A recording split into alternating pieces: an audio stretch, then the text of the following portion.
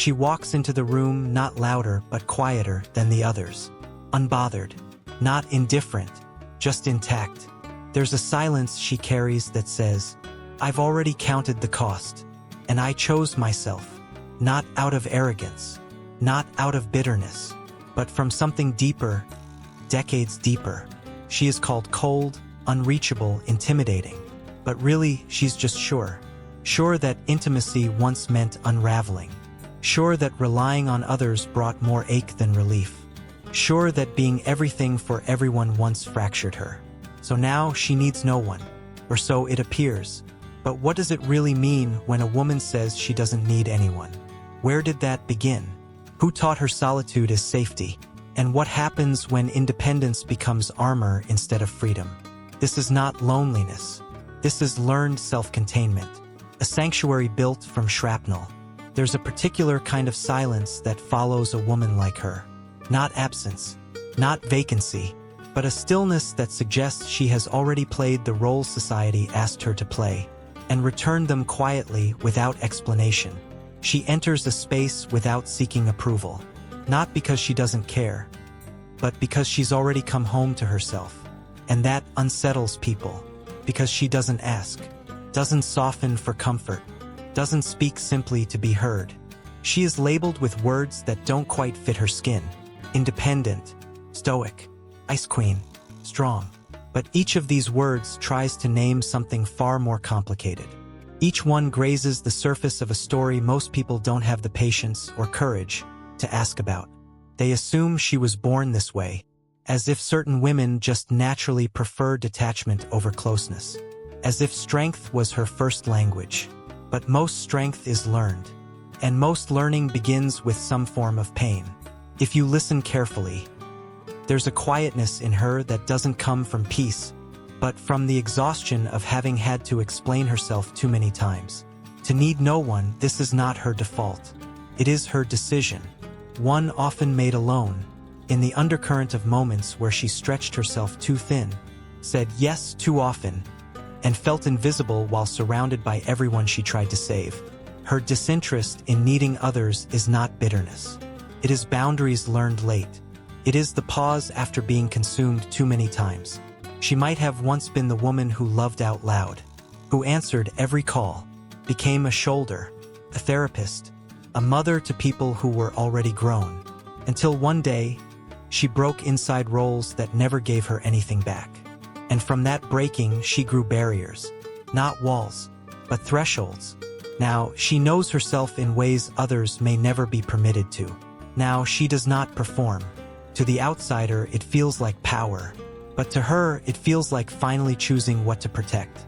Society is drawn to her the way one is drawn to mystery, envious of her peace, intrigued by her solitude, until they realize that her life, exactly as it is, doesn't revolve around being chosen, adored, or needed.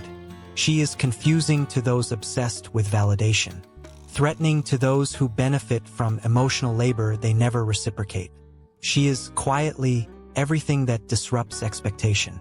But even she, in her stillness, carries a weight not often visible. Because needing no one is not the same as feeling whole. It's just safer. Safer than chasing connection that dilutes her. Safer than giving parts of herself in exchange for the bare minimum. Safer than watching people walk away once they've unwrapped the softest parts of her, only to leave them on the floor. And so she found her way back from that unraveling. Not through others, but through solitude. Solitude that didn't feel lonely. Solitude that became sacred. But underneath all of that, the quiet, the distance, the chill, is still a woman who once hoped someone would make her feel safe enough to soften again. She hasn't forgotten that desire. She's just moved it to the corners of her heart where only the most patient might eventually find it. This is not a story of invulnerability.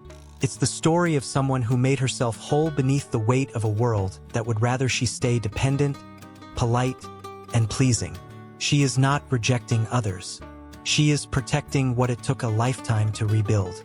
And every time someone asks why she's so distant, they might be missing the real question. Not why doesn't she need anyone, but what happened when she did? Before she ever said aloud, I don't need anyone. She was the girl who needed almost everyone. Not for rescue, not for adoration, just for warmth, for understanding, for presence that didn't ask her to shrink to be loved. But needing was dangerous in the home she first learned to speak in. Needing made you vulnerable. Needing made you visible. And being visible meant being punished, dismissed, or forgotten.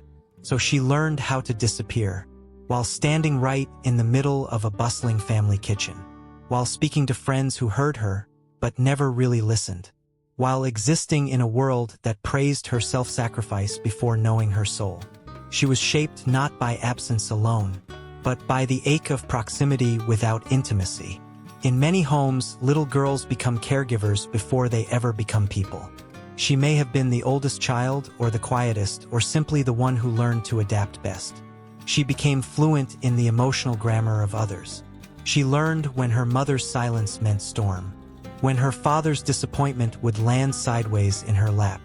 She learned to be the comforting one, the responsible one, the one who never asked for much. But the more she gave, the more they took. And the more they took, the more the word need began to feel heavy, sticky, shameful. So she reinvented her worth around not needing a thing. Dependency began to feel like a betrayal of everything she endured to survive. And society applauded her for it. You're not like other girls. You're so mature for your age. It's amazing how strong you are. Strength became a currency. Approval was given conditionally. If she performed, pleased, endured. No one warned her that this applause would one day feel like a chokehold, that strength can become its own kind of cage. The adults around her didn't always model healthy love. Perhaps they weaponized affection, withheld reassurance, left her to process emotions too big for her small frame. She became her own comfort, her own protector, her own home. And not because she wanted to, but because no one else knew how. When little girls become emotional adults too soon, they don't get the gentle chapters of trial and error. They don't get the luxury of simply being seen. So they grow up calculating emotional math. How much of myself can I show before it's used against me? What parts of me will make them stay? Is closeness worth the confusion that always follows? She had to answer these questions in silence. And eventually, she stopped asking them altogether. That is how she began to disappear. How tiny fractures formed every time someone praised her for being okay, while she was quietly shattering. Not all of this happened loudly. Not all of it happened with trauma and clear wounds. For many women, it's smaller things. The friend who forgot her birthday. The partner who loved the idea of her, but never really got close. The parent who meant well, but never asked how she was, only what she had accomplished. It adds up, in little pieces, until independence is not a choice, but a pattern. One she didn't realize she was weaving, thread by thread, until it became woven into her identity. To need no one became not who she was, but who she became to survive. So when people meet her now and wonder why she resists help, why she's so composed, so low maintenance, they aren't seeing the cost. They see the polished marble, not the chisel, not the hammer, not the years of carving a life where emotional safety came only from within. She was shaped by moments she didn't choose, but every defense she carries now, those were choices, wise ones, necessary ones, even if they came at the expense of connection. It's easy to mistake emotional distance for confidence, to call autonomy empowerment, without ever asking what kind of closeness had to be let go for independence to feel safe. But in psychology, independence can hold secrets, and what looks like a self-sustaining, emotionally untouchable woman might actually be someone whose nervous system stopped believing in others a long time ago, because being too close once hurt too much, because being too expressive led to collapse, because love was laced with confusion, and so her body learned closeness is costly, needing people is unpredictable, and self-reliance, while lonely, can at least be controlled. Attachment theory offers a quiet lens to make sense of this. According to research, our earliest experiences in childhood, with caregivers, parents, and emotional environments shape how we relate to closeness later in life. What we expect from others, how safe it feels to need, how much vulnerability we allow ourselves to risk. Some children learn that love is responsive, unconditional, consistent. These children tend to form secure attachments. They grow into adults who can trust, express themselves, and be close without losing their identity. But other children, like her, may learn that love is inconsistent or conditional, that expressing need results in judgment, neglect, or emotional absence.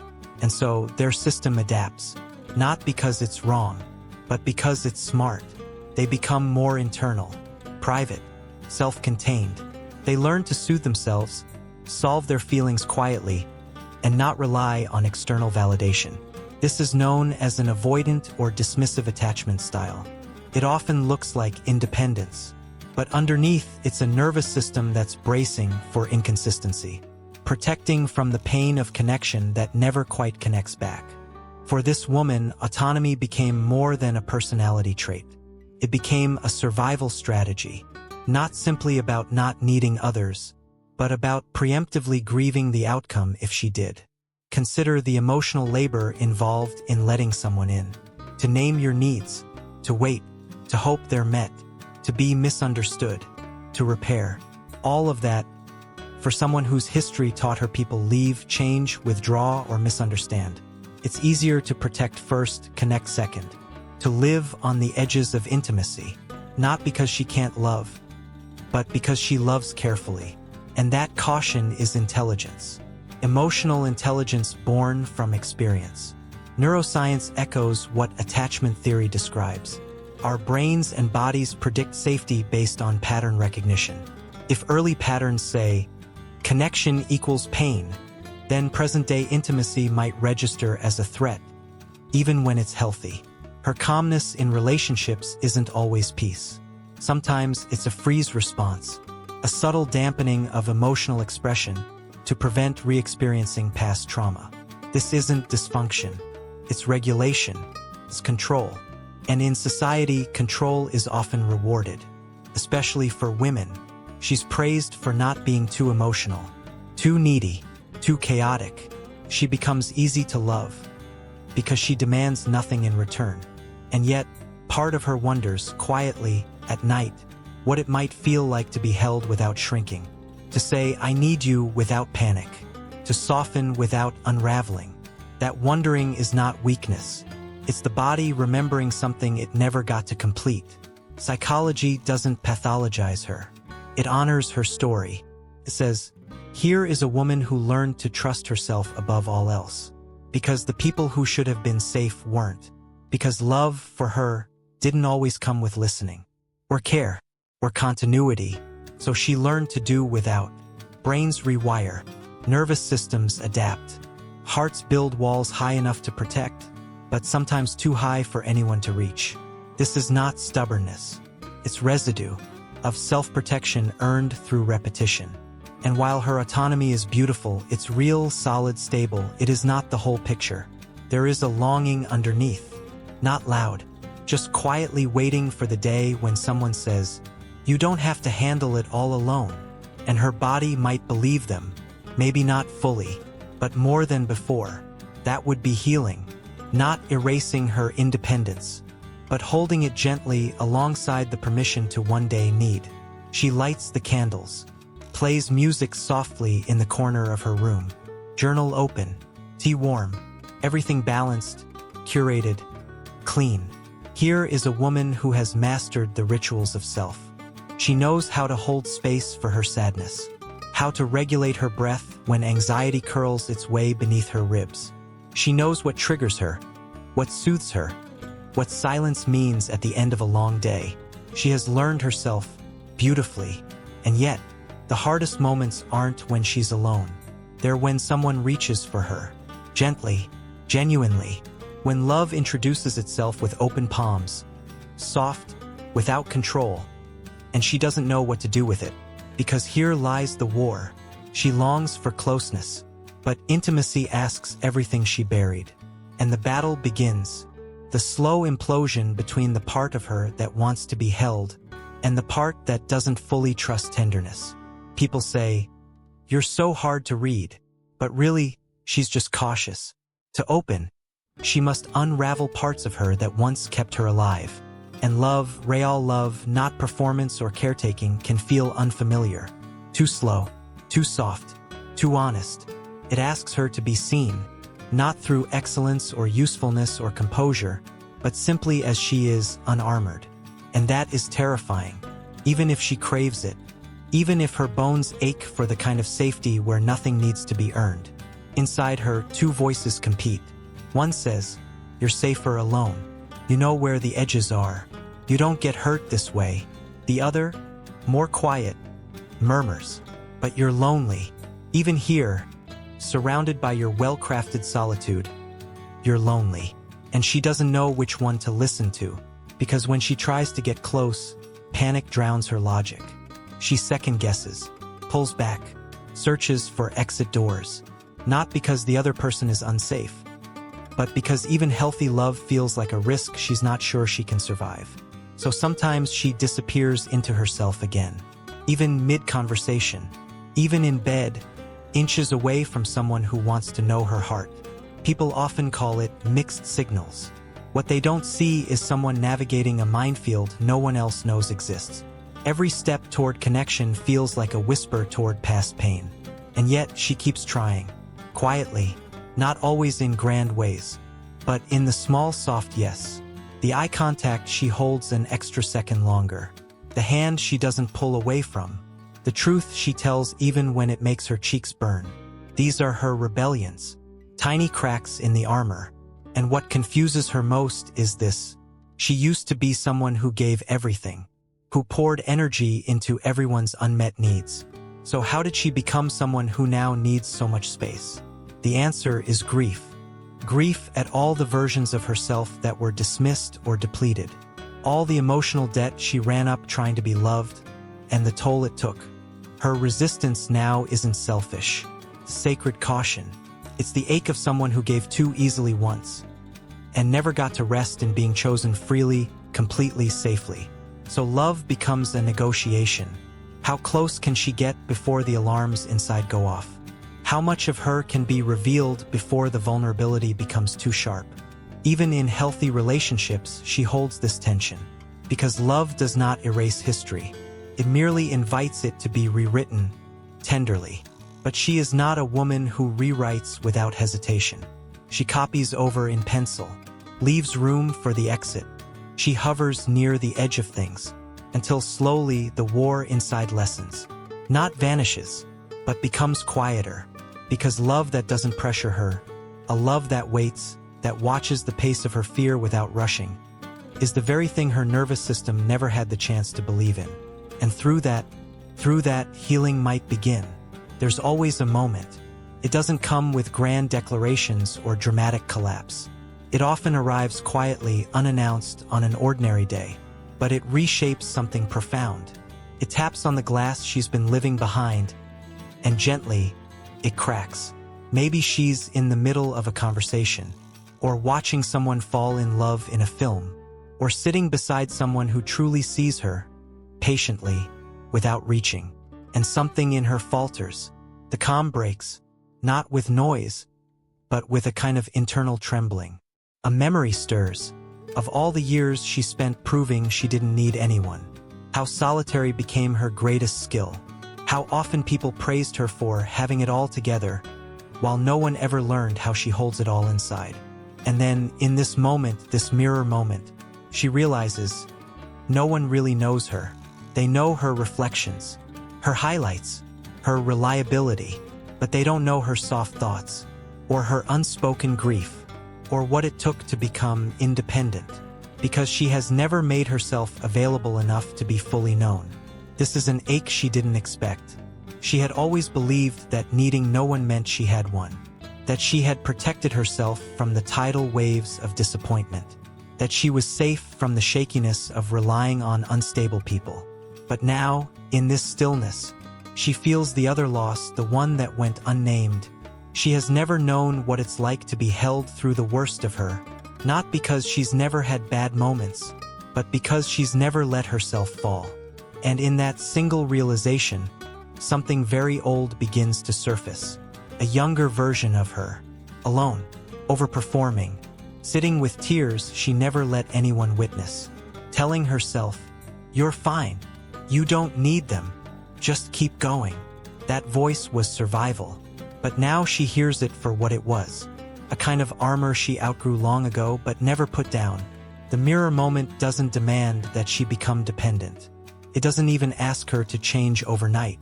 It simply offers her a glimpse of what she's missed by being untouched, the kind of love that isn't loud, the kind that quietly waits at the threshold of her fortress, not asking to dismantle her autonomy, but to be let in room by room when she's ready. But the thought terrifies her. If she lets someone into this quiet internal world, what will they think? Will they love the cluttered corners? Will they understand the silences that are not disinterest, but overwhelm? Will they see her tears not as weakness, but as a rival? She doesn't know. But she does know this. No one has ever seen her fall apart, and still stayed long enough to help pick up the pieces, because she never let them see it to begin with. And yet, here she is now, looking in the mirror, feeling the weight of decades of uninterrupted self-reliance, not as a victory, but as a loss. And beneath all of that control lurks one question she's never allowed herself to feel fully. Don't I deserve to lean on someone too? It hits her chest like something sacred, and this time she doesn't silence it. She doesn't distract it with productivity or control. She lets the question echo, and shimmer, and open. This is not the part in the story where she suddenly opens herself completely. This is simply the part where her hands, clenched around decades of emotional vigilance, begin to loosen fractionally, where she sees, maybe for the first time, that needing someone isn't failing, it's asking to be held in the same way she's held so many others. And that, perhaps, is not the end of her independence, but the rebirth of her humanity. Healing is quieter than most people imagine. It doesn't arrive like a breakthrough. It slides in through the small choices that once felt impossible. She doesn't wake up one day and decide to let someone in. There is no dramatic confession, no instant transformation. Instead, she lets a truth settle softly into her body. She's tired of doing everything alone, not weak tired. And even that sentence feels radical, unfamiliar, because for so long her worth was measured by her resilience, her ability to power through, to not bother anyone, to pick herself up without making a sound. But now, inside healing, a different kind of strength introduces itself. Not self-sufficiency, but chosen softness. A softness that says, "I'm still whole, but I'd like to be witnessed, not for fixing, not for saving, just for presence." The journey begins not with love, but with safety. It begins with a friend who doesn't rush her, a partner who feels more like ground than gravity, a therapist who listens longer than they speak, healing relationships that carry no urgency, no hunger for her story, no fascination with her pain, just gentle capacity. At first, this confuses her. She's used to giving the most and receiving the least. So when someone matches her steady energy, without asking her to shrink or shine, she braces for the catch. But there isn't one. And over time, she learns what it feels like to breathe all the way through another person's presence, to pause with her truth without flinching or editing. This is intimacy, too, not the blur of infatuation, but the slowness of safety. And still, the old patterns don't disappear. Her first instinct is still to retreat, to prove she doesn't care, to solve things quietly, even when support is gently offered. But now she catches it. She notices the tension in her chest that doesn't belong to the present moment. She notices how exhaustion no longer feels virtuous. And so, she chooses differently. She leaves a text unsent and instead picks up the phone. She lets someone hold her while her voice shakes. She admits, for the first time in a long time, "I'm not okay today." And she doesn't unravel. The world doesn't collapse. She's still her, just more whole. Because integration isn't losing who she built herself to be. It's expanding it, including all the parts she once had to hide in order to survive. Her independence is still there. She still loves her solitude, still keeps a slow morning routine, still sets intentional boundaries. But now, those boundaries aren't always about keeping others out. They're about staying in integrity with herself, while letting others in at a pace that doesn't cost her peace. This is interdependence, not dependence, not separation, but a sacred balancing, where she holds herself fiercely, but no longer only herself. Where someone's arms around her spine don't feel like a trap, but like warmth, like reprieve. Because love, she learns, doesn't have to dismantle her, can sit beside her, honor her rhythm, wait for her yes to stretch past fear. It's not that she trusts everyone now. She doesn't. She never will. But trust is no longer a door with every lock engaged. It's a room with the light left on, for the few who know how to knock gently. And that light, that choice to leave a part of her open again, says everything: that she hasn't lost herself, that she's returned to herself more fully. And for the first time, she's starting to believe she can need people without breaking. She can belong without disappearing. She can love without losing the woman who once stood alone, beautifully, fiercely, necessarily, but no longer exclusively. She does not unravel in the end. There is no surrendering of self, no dramatic fall into the arms of anyone. She is not softened into someone entirely new. She is simply more revealed, more known, to others perhaps, but most importantly to herself. Healing didn't make her louder, it made her clearer. And even now, she is still the woman who lights candles at night, who takes long walks with no destination, who protects her peace like it's sacred soil, because it is. But something has shifted quietly. Where her calm used to be armor, now it is truth. Stillness not for survival but for presence. Solitude not as a shield but as choice. People still call her strong. The difference is, she no longer hears that as a requirement. She doesn't owe anyone her composure anymore. She no longer greets every storm with silence. She's no longer ashamed of the days she needs help, space, attention. Because now she understands, strength can mean staying. Strength can mean shaking. Strength can mean showing someone the softest parts without flinching, and being okay if they don't hold it perfectly. She hasn't let everyone in. She doesn't need to. The woman who doesn't need anyone still lives inside her. But now she is accompanied, gently, intentionally, in small doses that don't ask her to vanish in return for love. Now she knows the difference between being alone and being unseen, and she will never again trade intimacy for invisibility. She walks through the world differently now, still steady, still self-contained, but open enough to let someone sit beside her silence without interpreting it. Open enough to trust love that doesn't compete with her freedom. Open enough to rest in the reality that she does, in fact, need something beyond herself. Not need in the way she had been warned against. Not desperate missing or codependence.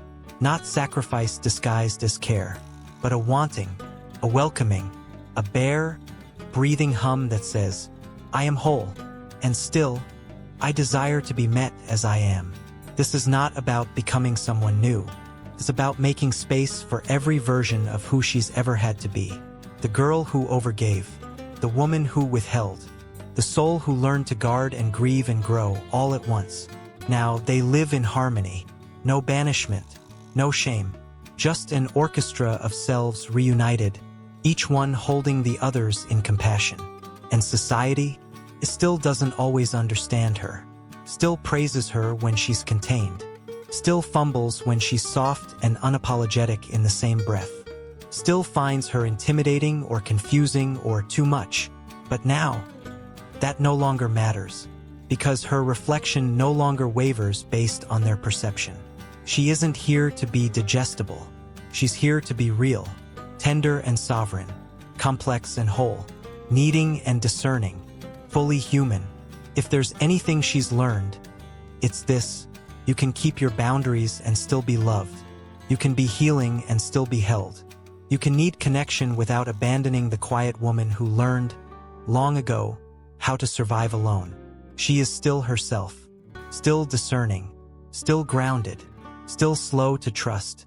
But she no longer confuses numbness with peace, distance with power, isolation with self-worth. Now, self-protection and self-love are no longer synonymous. Now, strength includes softness, and the woman who once needed no one, she is still whole, but no longer alone in her wholeness. She still belongs to herself, but now she lets herself belong to moments, to people, to the gentle possibility that she was never meant to carry everything by herself after all.